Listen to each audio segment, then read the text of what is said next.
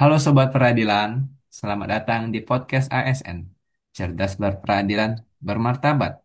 Pada episode kali ini, kita akan membahas mengenai tema yang sangat penting, yaitu good practice versus bad practice dalam mewujudkan smart governance ASN di lingkungan Mahkamah Agung Republik Indonesia.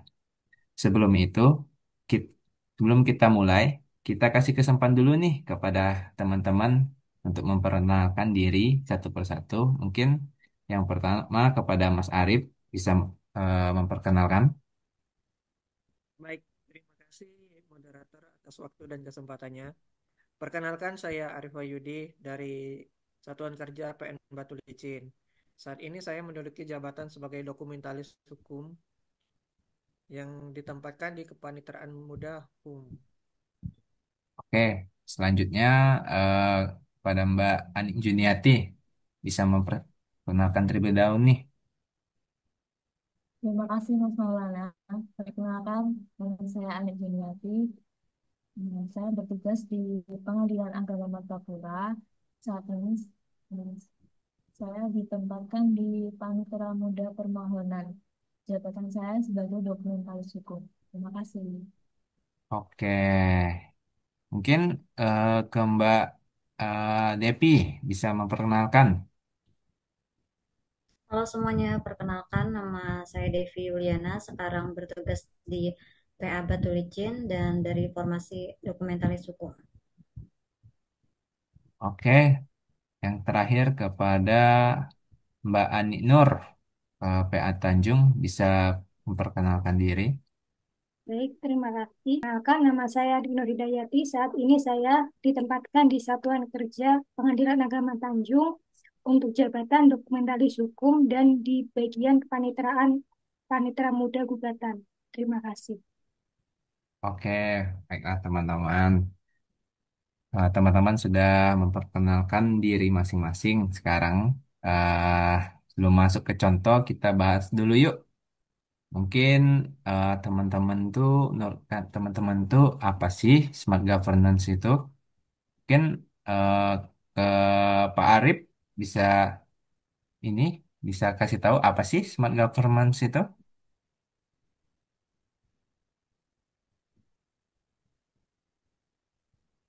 Sebuah tata kelola dalam pemerintahan, tata kelola yang cerdas dan efisien yang didukung oleh teknologi digital serta SDM kita sebagai ASN yang profesional dan inovatif. Oke, mungkin ada tanggapan dari yang lain. Mungkin apa sih smart governance itu dari teman-teman itu? Menurut pendapat teman-teman, mungkin pada Mbak Ani Juniati ada tanggapan nggak? Kalau menurut saya, eh, smart government itu yang terpenting bukan cuma soal sistemnya, tapi juga perilaku ASN-nya. Karena canggih apapun sistemnya itu, kalau manusianya nggak mau berubah, ya percuma nggak mau jalan. Oke, mungkin saya bisa tangkap poinnya itu. Mungkin kita bahas ke selanjutnya, yaitu mungkin kita bahas contoh nyata dari praktik good practice di kantor masing-masing. Mungkin siapa mau lagi nih yang memberikan contoh good practice di kantor teman-teman masing-masing. Mungkin siapa yang mau mencontohkan dari good practice di kantor kalian?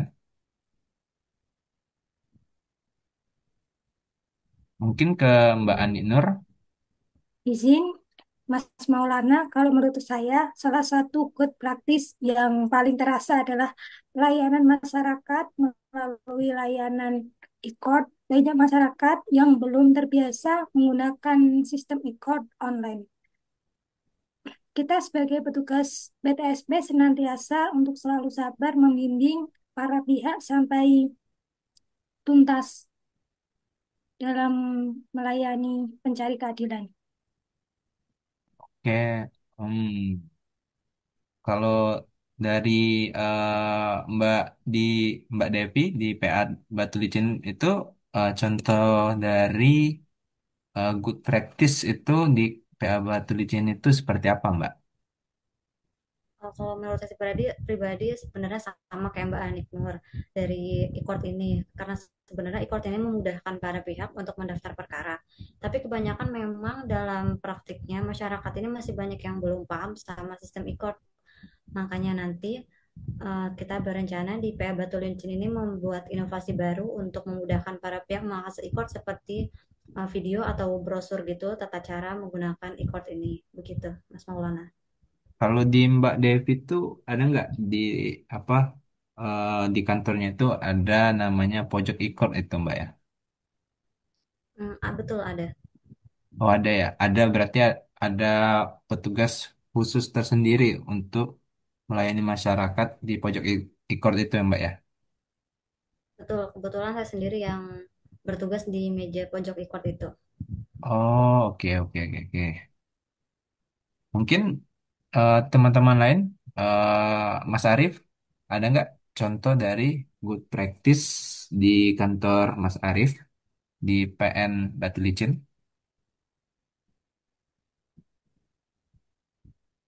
Izin menambahkan, moderator, kalau dari satker saya sendiri itu ada di bagian teknisnya, yaitu bagian teknis persidangan ya. Dalam penerapan absensi dan jadwal sidang itu udah terintegrasi online. Jadi lebih mudah dan lebih transparan lagi, memudahkan untuk pihak yang ingin bersidang bisa diakses kapan saja dan juga jadi lebih transparan tentunya. Oke, keren. Mungkin eh, sekarang ini sudah mungkin sudah digital semua ya, mungkin.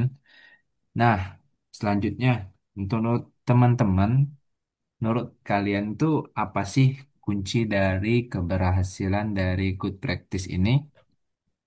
Mungkin ada teman-teman yang mau menanggapi. Mungkin kepada Mbak Ani Juniati bisa kasih tahu nih apa sih kunci keberhasilan dari good practice? Kalau menurut saya, kunci keberhasilan dari good practice itu kerjasama tim yang solid dan komunikasi yang lancar. Kita saling bantu tanpa mengedepankan ego masing-masing. Jadi saling support satu sama lain, menghargai perbedaan pendapat. Oke, mungkin dari Mbak Devi bisa juga bisa kasih tahu nih apa sih kunci dari keberhasilan good practice ini? Bentar, bentar. Yang lain dulu boleh nggak? Bentar, bentar. Soalnya Oh, jaringannya oke, kayak lag gitu. Bentar. oke, oke. Mungkin pada Mbak Ani Nur, mungkin kita karena sedang lagi jaringan ya, mungkin pada Mbak Ani Nur, menurut Mbak Ani Nur itu apa sih kunci dari good practice ini?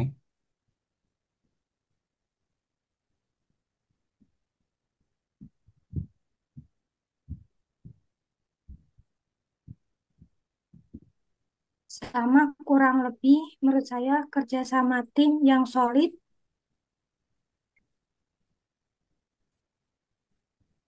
dan komunikasi yang lancar termasuk dalam keberhasilan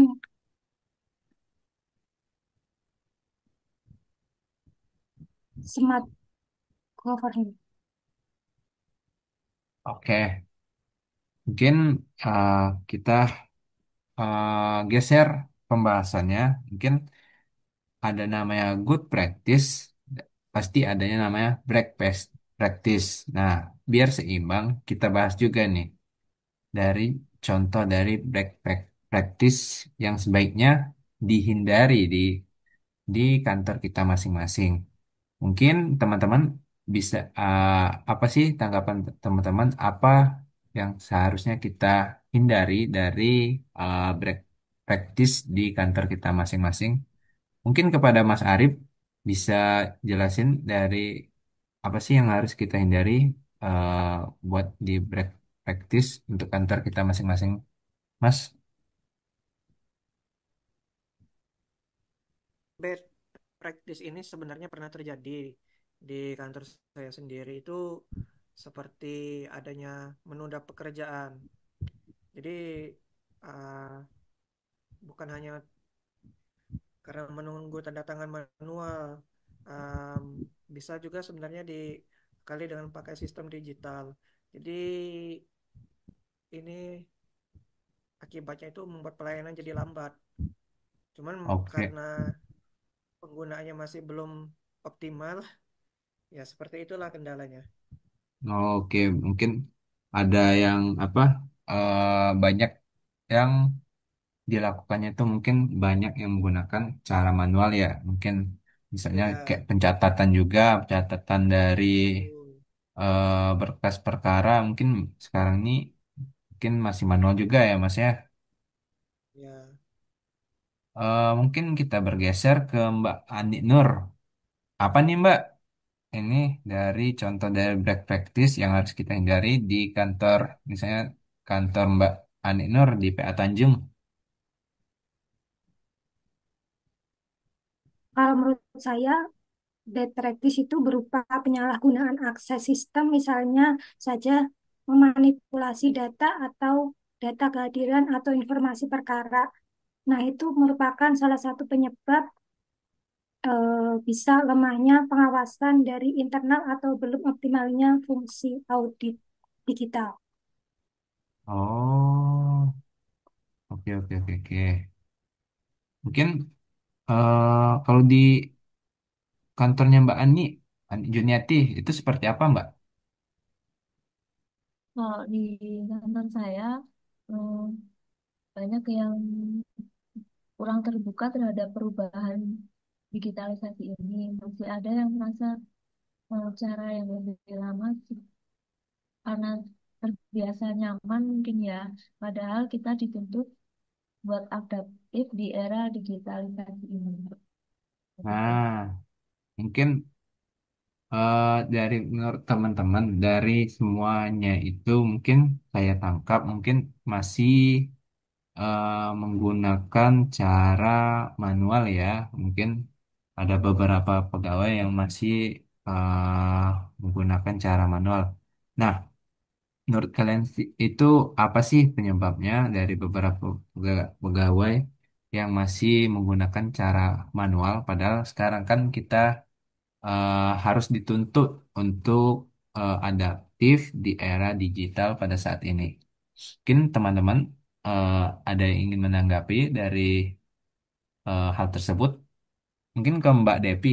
Mungkin apa sih penyebabnya menurut Mbak Devi? Mungkin izin menjawab, mungkin penyebab dari mengapa masih menggunakan sistem yang manual, sedangkan di sekarang sekarang ini sudah masuknya era digitalisasi, itu mungkin karena orang itu masih nyaman dengan sistem yang lama atau dengan sistem manual ini. Makanya untuk beralih ke digitalisasi ini perlu adanya sosialisasi kepada mereka supaya mereka ini mau menggunakan sistem digital yang baru, yang nantinya ini kedepannya akan memudahkan mereka sebenarnya ketimbang dari yang manual tadi, begitu Mas Maulana.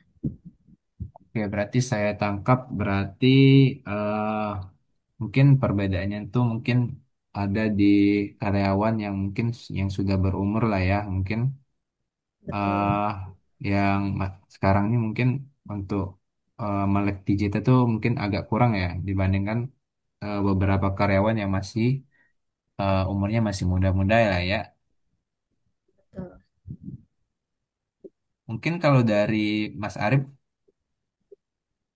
apa sih cara mencegah supaya apa ya hal-hal bad practice itu tidak terjadi?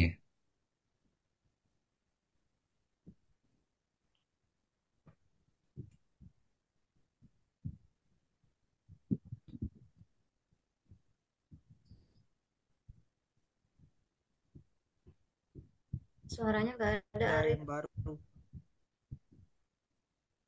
Ya, bagaimana?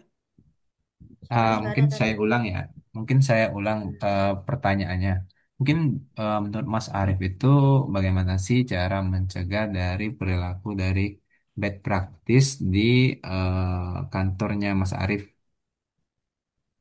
Kalau dari kantor kami sendiri itu salah satu upayanya memberikan pelatihan. Pelatihan kepegawaian ini bisa digunakan secara bertahap, dibagi per gelombang seperti itu. Selain memberikan pengetahuan baru, juga memberikan semangat serta motivasi agar para kita sebagai pekerja itu pegawai menjadi semangat karena adanya diberikan pelatihan dan juga Oke, saling mengingatkan antar pegawai. oke. Mungkin saya tangkapnya tuh mungkin harus adanya namanya tuh mungkin DDTK ya. Mungkin DDTK Ya, itu mungkin diklat di tempat kerja adanya pelatihan lah untuk tidak untuk pegawai yang masih muda ataupun yang sudah berusia lah mungkin ya. Oke, kita geser lagi mungkin eh, kita akan membahas mungkin tentang smart ASN dan nilai berakhlak. Kalau dikaitkan dengan konsep smart ASN dan nilai berakhlak, gimana sih hubungannya dari good practice dan bad practice ini? Mungkin ada teman-teman mau menanggapi, Pak. Mungkin ke Mbak Ani Nur. Mungkin Mbak Ani Nur, mungkin apa sih kaitan dari konsep smart ASN dan nilai berakhlak dalam konsep good practice ini dan bad practice Kalau ini? menurut saya, good practice ini adalah wujud nyata dari nilai berakhlak. Misalnya, seperti pelayanan ramah terhadap masyarakat atau pencari keadilan yang dapat mencerminkan sikap loyal dan juga adaptif. Oke, mungkin teman-teman ada yang lain. Mungkin Mas Arif lagi. Not, Mas Arif, apa sih kaitannya kaitannya ini dengan konsep smart ASN dan nilai berakhlak? saya keterkaitan smart ASN dan berakhlak itu kita sebagai ASN itu harus berpikir solutif di mana mencari solusi atas pekerjaan atau permasalahan yang dadakan kita jumpai dan juga seperti saya bilang tadi diberikan pelatihan itu agar kita sebagai ASN menjadi digital minded. Kalau kita Begitu. tetap stagnan, tidak ada perubahan, kita belum bisa disebut dengan smart ASN tentunya. Oke, berarti kita sebagai seorang ASN ataupun kita ASN baru ini kita harus melek digital ya. Apalagi kalau Ya, eh, kita lihat sekarang ini semuanya serba digital, apa-apa serba digital ya. Mungkin ada plus minusnya ya tentang adanya digital ini.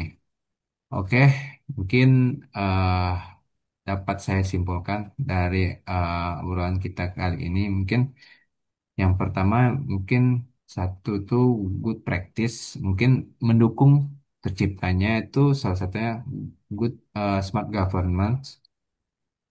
Adapun bad practice ini bisa kita hindari dengan disiplin, inovasi, dan komunikasi yang baik. Adapun smart ASN bukan cuma soal teknologi, tapi juga soal sikap dan semangat melayani untuk masyarakat. Mungkin terima kasih kepada Mbak Anik Juniati